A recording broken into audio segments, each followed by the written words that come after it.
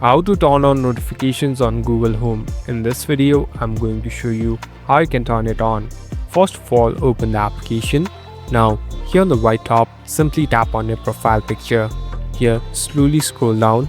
Here, at the bottom, there's a section called Home Settings. Simply tap on Home Settings. So this is the place where you can customize and make different changes inside the application. Here, if you slowly scroll down, there's a section of notifications. Simply tap on notifications.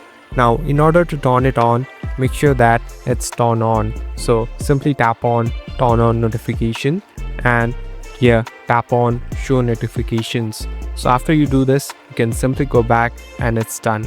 So all the notifications regarding the app will pop up in your mobile device. Thank you for watching this video. I hope this video will help you.